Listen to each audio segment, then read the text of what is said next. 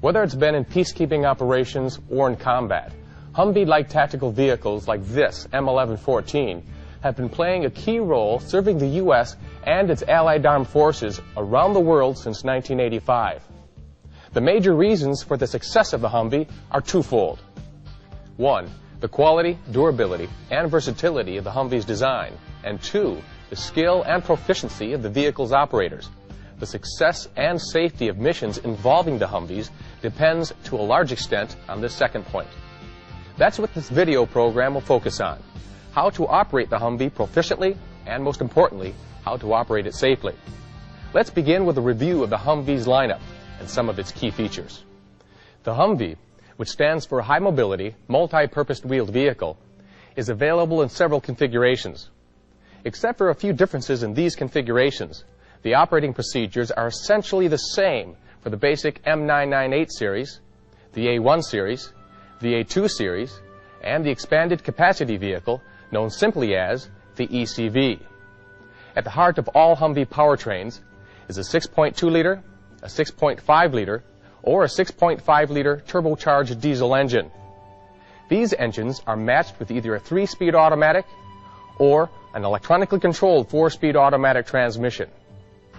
Unlike conventional four-wheel drive vehicles, the Humvee's full-time four-wheel drive transfer case still maintains traction even when as many as 3 wheels lose their surface grip.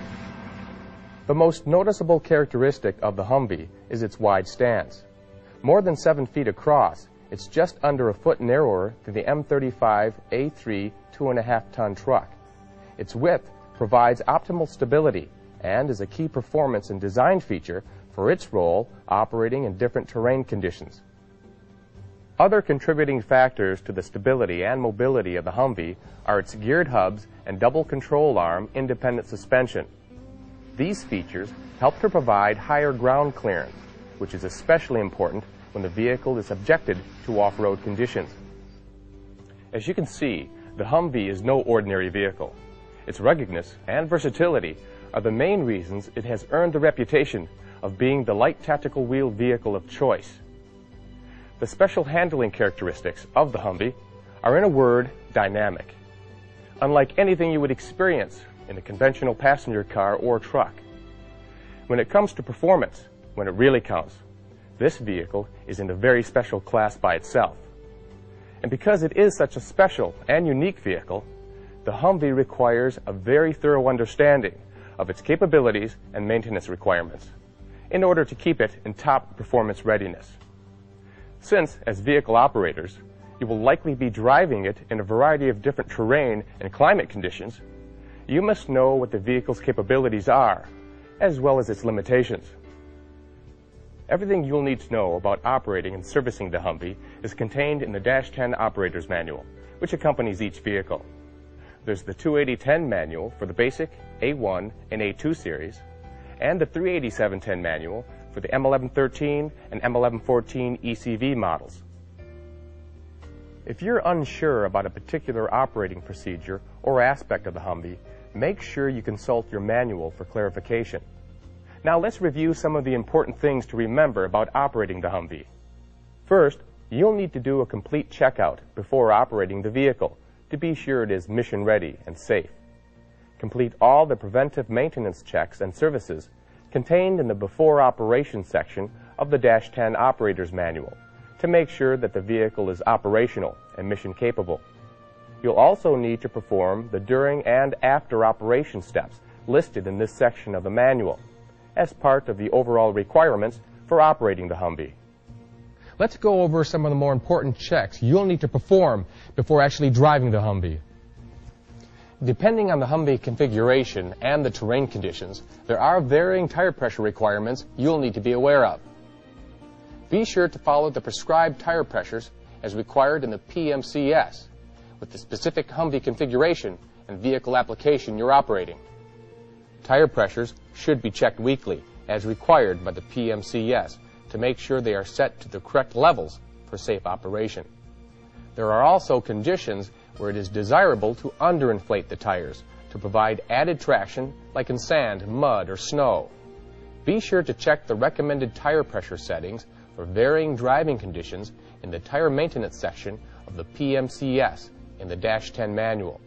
We'll review these different driving conditions in more detail during the ride and handling portion of the video. When you climb into the cab of the Humvee, you'll have a number of things to review as you continue your before operation checkout.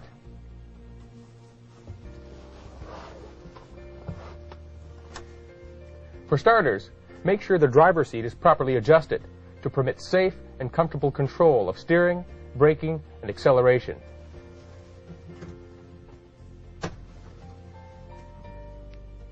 For use in emergencies, make sure the first aid kit is aboard and properly secured under the driver's seat in all models, except the M1114, where it's under the passenger seat. The fire extinguisher should also be located either under the driver's seat or off to the left side, depending on the Humvee model you're operating. You'll also note there are two outside rear view mirrors that will need to be checked for proper visibility alignment before operating the vehicle. The mirror configuration procedure is a little more involved for vehicles with serial numbers below 100,000, in that they require manual pivoting, alignment, and securing of the arm assemblies to make adjustments. Here are the steps you should follow for that version to adjust both left and right side mirrors. First, raise and secure the hood. Next, use a screwdriver to loosen the nut securing the arm assembly to the mirror bracket. Then, adjust the mirror head and arm assembly to a proper viewing position. For the right side mirror, this means being able to see objects behind you through the windshield. Now, tighten the nut securing the arm assembly to the mirror bracket. Be sure to double-check the alignment for both mirrors from inside the vehicle before closing the hood.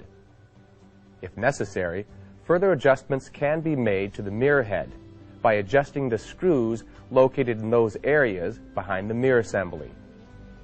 Consult the rear view mirror adjustment section of the Dash 10 manual for specific instructions.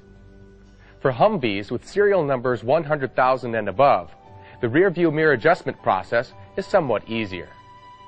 Begin by moving the pivoting arm assemblies on both mirrors until they lock in place. Adjust the driver's side rear view mirror by loosening the top nut on the pivot shaft. Position the shaft forward of the windshield so that the center line of the mirror arm is about 9 inches from the vehicle. Tighten the top nut and adjust the mirror head for best visibility. The procedure for the passenger side mirror is exactly the same, except that the center line of the mirror arm should be set about 7 inches from the vehicle before adjusting the mirror head for proper visibility. Proper mirror adjustment is a good illustration of precision and safety. The more precise the adjustments, the safer the vehicle becomes. Now let's take a look at some specific features you'll find on the M1114 ECV.